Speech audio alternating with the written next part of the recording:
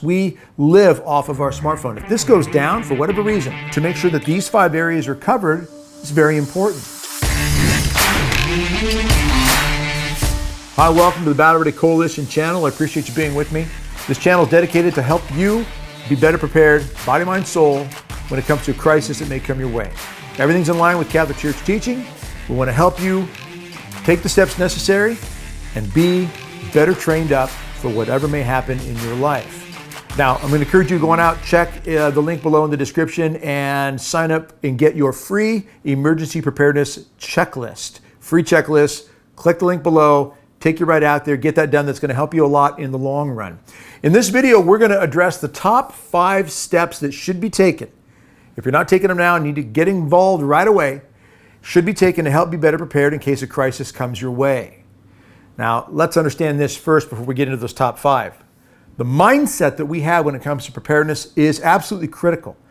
Having the mindset that says, essentially, the better trained that I am, the less likely I'm going to have problems, or the less serious those problems are going to be. That makes sense. For example, one simple example, the battery in your smoke detectors. If you have a fresh battery in your smoke detectors and it works, you are in a much better position if a fire breaks out in your house. That's an obvious one. Without having a battery, without having power to that smoke detector, fire breaks out, you get yourself in a whole world of hurt. So it's a simple thing. Have the mindset to take the steps to put things in place, helps us be better prepared. And again, the better trained we are, the less likely we're going to have problems or the less serious those problems will be. So top 5 things. Top 5 steps that form a strategy to be better prepared when it comes to a crisis that may come your way. Number 1, communications. If a crisis hits and you can't communicate with your loved ones, people around you, then again, you're going to be in a world of hurt. Having communication plans prepared beforehand is important. If your cell towers go down, you can't make a phone call. A lot of us are relying on this, smartphones. We rely on this with everything we do in our lives. We have wallets in our smartphones now, GPS, our communication with one another. We stream videos and podcasts. We live off of our smartphone. If this goes down for whatever reason, power is out or cell towers are down, what is your backup plan? What communication have you had with your loved ones in advance to help them understand what you're going to do if a crisis hits? If you need to go to a secondary location for shelter, for example, and we talk a lot about that in our Battle Ready Emergency Preparedness course, which you can get information on in the link in the description below. But we talk a lot about having a second, third, and even fourth location to go for shelter, backup shelter. If your primary home or your primary place of shelter is compromised and you have to go somewhere else, maybe it's a natural disaster, maybe it's a chemical spill off of a train 2 miles away and it's blowing into your neighborhood, or it's civil unrest, whatever it may be, if you have to leave that location, go to a second or third location, have you communicated in advance with your loved ones as to how to get there or where to go? If you need to, for example, leave a note at your primary location for communication purposes, is there a location in that place that you have designated with your loved ones that if you have to bug out, you have to leave, they're going to come later, they're going to find that you're gone, but you don't want to just tell the whole world where you've gone? Is there a location in that home, in a certain cabinet, under a certain can of food, under a certain box in the closet? I'm leaving a note here. This is going to tell you where I'm going in case you need to convey that information to someone else. So these are a couple of ideas right there. Discuss in advance where you're going to go, or find a place in your location how you're going to communicate. You could also work off of radios, maybe walkie-talkies, or maybe you're going to work off of ham radios. Now that's a whole nother level to get to the ham radio form of communication, but that's also something that people are doing, and it's not a bad idea to look into. But walkie-talkies, location to leave a note, pre-planned communication, where you're going to go, these are all things to discuss before a crisis even hits. And think about this. If that crisis hits and you haven't even thought about this or had these conversations with your loved ones, you are not helping them. If I care about the people in my life, I want to have these conversations with them. If I care about them, I want to help them know not to panic. If something happens, this is what we're going to do because we have communicated before. Number 2, general skills and continued training. Now, this is a simple one. Whatever skills we have, we should continue training in. Whatever skills we're not very well trained in that are important, we should learn a little bit about. For example, general self-defense, basic self-defense, having an idea how to protect and defend yourself and protect your loved ones. Now, I am a big believer that you should have some idea how to do it hand to hand, but also when it comes to some form of firearms or weapons, pepper spray, bear spray, things of that nature as well. But to train in this, be familiar with it, know what you're doing with it is important. So general self-defense, general firearm training, very important as well. Also, medical training, having some idea how to use a med kit, for example, or a trauma pack, trauma kit. This is the sort of thing also is important for each and every one of us to have the general basics down with and continue to train in that. Also, when it comes to training, for example, in growing food, raising chickens, understanding more about herb gardens and how herbs can be used in case you can't get to a pharmacy. If we have a real civil unrest moment and we can't get to pharmacies for general medications, general things that we need, having a backup plan such as herbs, which is how it has always been done beforehand, all right, is a good idea. So again, general ideas on how to grow food, how to raise chickens, how to do medical procedure, medical things of that nature, just general stuff at least, all is good. Continue training in things such as repair work, such as tying knots. I mean, think about the Boy Scouts. There's a reason why the Boy Scouts motto of always prepared works, and constantly training, getting merit badges as they trained. The whole purpose is to add to your toolbox of skills so that you are better prepared to handle whatever may come your way. And of course, we're not going to be able to handle everything, but we can train in different areas, and then hopefully, as we'll talk about later, forming alliances with other people in groups. Then other people can help fill those areas and those gaps that you might not be able to. But continued training in general skill development is a key component, a key step to have in place in case a crisis comes your way. Number 3 is know your assets. Know the things that you have around you to use. And if you don't have the right items or enough of the right items, then get them. Start working towards that. For example, having a flashlight. I carry a tactical flashlight with me all the time. It's right here on my hip pocket. Having backup flashlights is important as well. Radio, as we talked about earlier with communications, knowing what's going on around you. This is a solar powered and hand crank. All right? So having these types of assets available and having them accessible is important. Having a go bag or bug out bag or emergency bag, keep one in your vehicle, keep one in your home. Having a med kit in it, as I showed you earlier. These types of things are important to have. And not only these, having backup water, having backup food, having firearms, other sources of defense, having these assets at hand and accessible is important.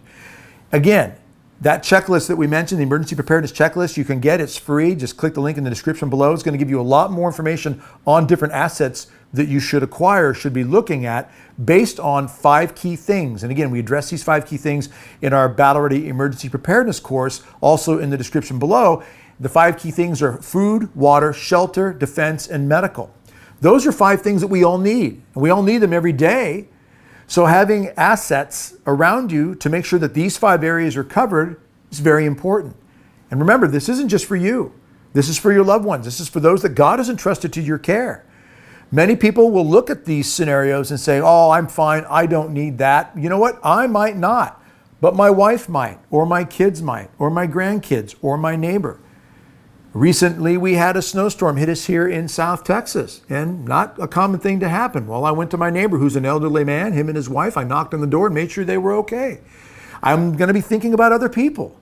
So having the assets and having the knowledge of those assets and how to use them is important, and it's important to be thinking long-term, not just for myself, but for others.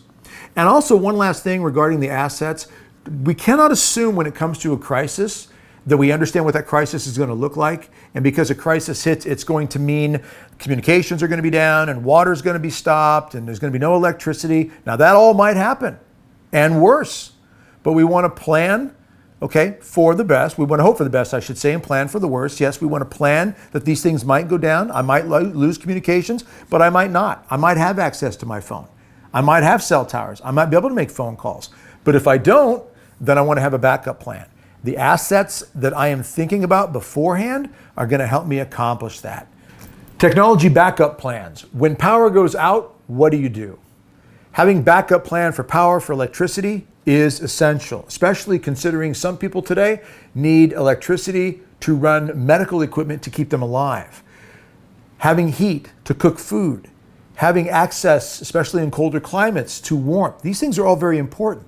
Many people are very, very unprepared when it comes to this stuff. Now, having a generator is great that runs off of gasoline or diesel. That's good, but you have to be thinking, how long will the power be out? How much fuel am I going to need to run that generator? And because we don't know that, indeterminate amount of time, we're not sure.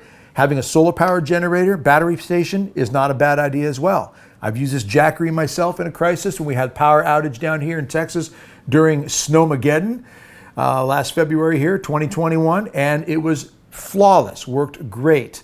These are solar powered. You can also power them off of a wall socket if you have access to electricity to do that, to juice up the battery. But then being able to run off a solar panel is great, lasts you many, many cycles.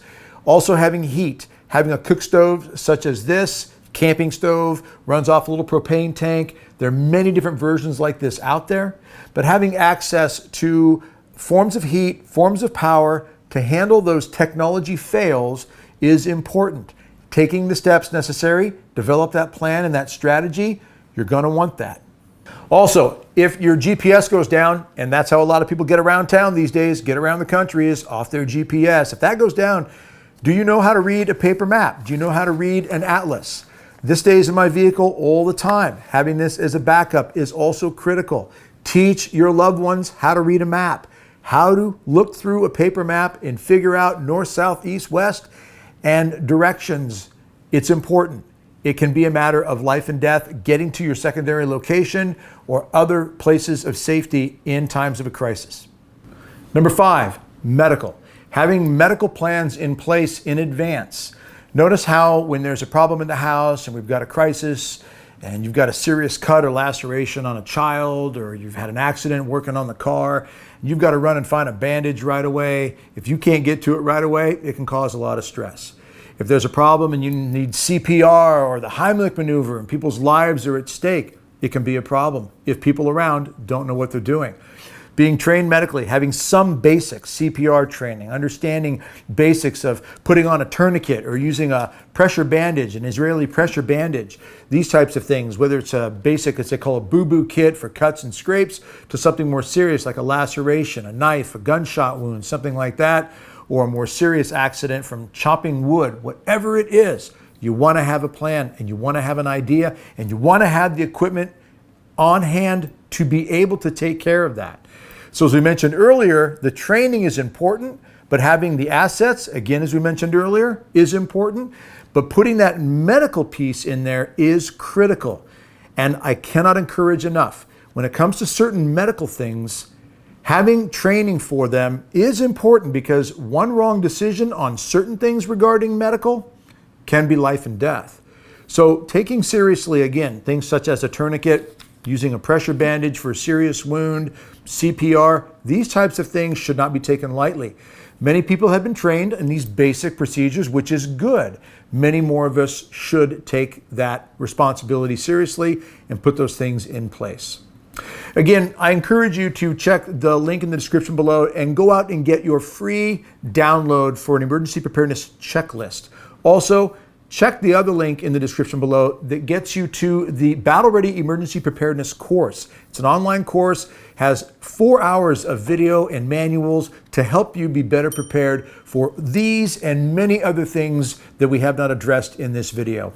So God bless you and strengthen you for the struggles and the battles and the fight that we all are in the thick of. I hope and pray this helps, and we look forward to seeing you again soon.